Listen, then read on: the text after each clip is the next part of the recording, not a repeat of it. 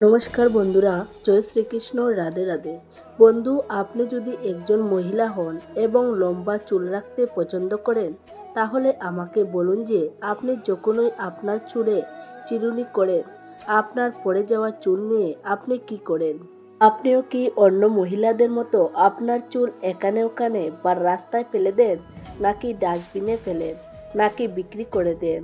আপনিও যদি এরকম করেন, তাহলে আপনি অনেক বড় ভুল করেন। এর ফলেই আপনি আপনার জীবনে অনেক সমস্যায় ঘিরে থাকেন।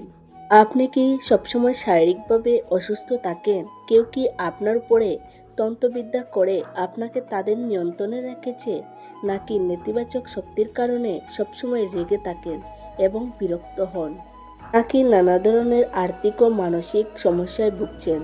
কারণ আমাদের বাগেশ্বর দাম সরকার পণ্ডিত ধীরেন্দ্রকৃষ্ণ শাস্ত্রীজি বলেছেন যে মহিলারা তাদের পড়ে যাওয়া চুল কি করতে হবে জানে না। ওই ধরনের মহিলারা জীবনে অনেক সমস্যায় পড়েন এবং নেতিবাচক শক্তির প্রভাব সবসময় ওই ধরনের মহিলাদের উপর আধিপত্য বিস্তার করে। এসবের উত্তর জানতে ভিডিওটি শেষ পর্যন্ত দেখুন। বন্ধুরা, যখন ওই নারীদের সাজসজ্জা নিয়ে কোনো আলোচনা হয়, তখন ওই হিন্দু ধর্মের সমুদ্রশাস্ত্র নামক গ্রন্থে নারী সম্পর্কে অনেক কথা বলা হয়েছে, যেখানে নারীদের আচার আচরণ থেকে শুরু করে সাজসজ্জা পর্যন্ত প্রতিটি বিষয়ে গুরুত্বপূর্ণ তথ্য লেখা হয়েছে। সমুদ্রশাস্ত্রে কথিত আছে যে নারীকে দেবী লক্ষ্মী এবং নারীর চুল দেবী লক্ষ্মীর প্রতীকও মনে করা হয়। চুল শুধু নারীর সৌন্দর্য বৃদ্ধি করে তা নয়, বরং যেসব মহিলার চুল লম্বা হয় তারা দেবী লক্ষ্মীর বিশেষ আশীর্বাদ ও পান। আর এই ধরনের নারীরা তাদের জীবনে নানাভাবে উন্নতি করতে পারেন। কিন্তু গুরুজি আরও বলেন যে মহিলারা প্রায়শই তাদের চুল নিয়ে এই ধরনের অনেক ভুল করে, যার পরিণতি তাদের ভোগ করতে হয়। কারণ মহিলারা প্রায়শই এটি জানেন না কোন দিন তাদের চুল দেওয়া উচিত, এবং মহিলারা এটিও ভুল জান যে কবে তাদের মাথার চুল কাটা উচিত নয়। হিন্দু ধর্মে একটা বিশেষ আছে যে সপ্তাহের 7 দিনের মধ্যে কিছু বিশেষ দিনে চুল দেওয়া বা কাটা হলে এটা তার পরিবারের জন্য মোটেও ন্যায়সঙ্গত নয়। আপনি প্রায়ই লোকদের বলতে শুনেছেন যে মঙ্গলবার, বৃহস্পতিবার এবং শনিবার মহিলাদের চুল কাটা উচিত নয় এবং ধোয়া উচিত নয়। এছাড়া অনেকেই নারীদের সোমবারও চুল ধুতে না বলেন। এছাড়াও মাসে কিছু বিশেষ দিন উল্লেখ করা হয়েছে, যেমন অমাবস্যা, পূর্ণিমা এবং একাদশী। এই দিনগুলিতে মহিলাদের চুল ধোয়া বা কাটা নিষিদ্ধ। কারণ জ্যোতিষশাস্ত্র বলে যে এই দিনগুলিতে চাঁদ উচ্চ বা নিম্ন অবস্থানে থাকে, যার কারণে এটি আমাদের মন এবং মস্তিষ্ককে প্রভাবিত করতে পারে। এতে শুধুমাত্র তাদের স্বাস্থ্যের উপর নয়, তাদের আচরণের উপরও এর প্রভাব দেখা যেতে পারে।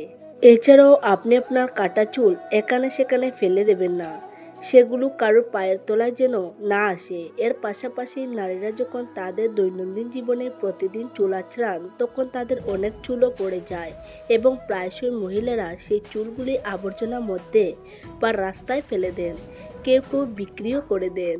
মহিলাদের জানা দরকার যে তন্ত্রশাস্ত্র মহিলাদের চুল দিয়ে করা হয়, আর যে নারীরা তাদের চুল এদিকে ওদিকে ফেলে দেন, তাদের চুল কোনো তান্ত্রিকের কাছে চলে গেলে চুলের অপব্যবহার করা হতে পারে। যে কোনো অশুভ শক্তি বা অশুভ আত্মা চুলের মাধ্যমে আপনার উপর আধিপত্য বিস্তার করতে পারে।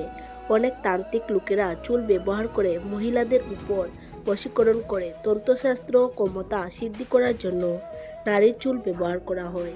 তাই বাগেশ্বর দাম সরকার পণ্ডিত ধীরেন্দ্রকৃষ্ণ শাস্ত্রীজি বলেছেন, আপনি যদি আপনার চুল কাটান বা আঁচড়ানোর সময় যে চুল উঠে যায়, এই চুলগুলো সংগ্রহ করে কোথাও মাটিতে পুঁতে ফেলার চেষ্টা করা উচিত। আর যদি সেটা করতে না পারেন, তবে যখনই আপনি আপনার চুলগুলি আবর্জনার মধ্যে ফেলে দেবেন বা এখানে সেখানে ফেলবেন বা বিক্রি করবেন, তখনই সেগুলি একত্রিত করে তাতে থুতু ফেলে দিন।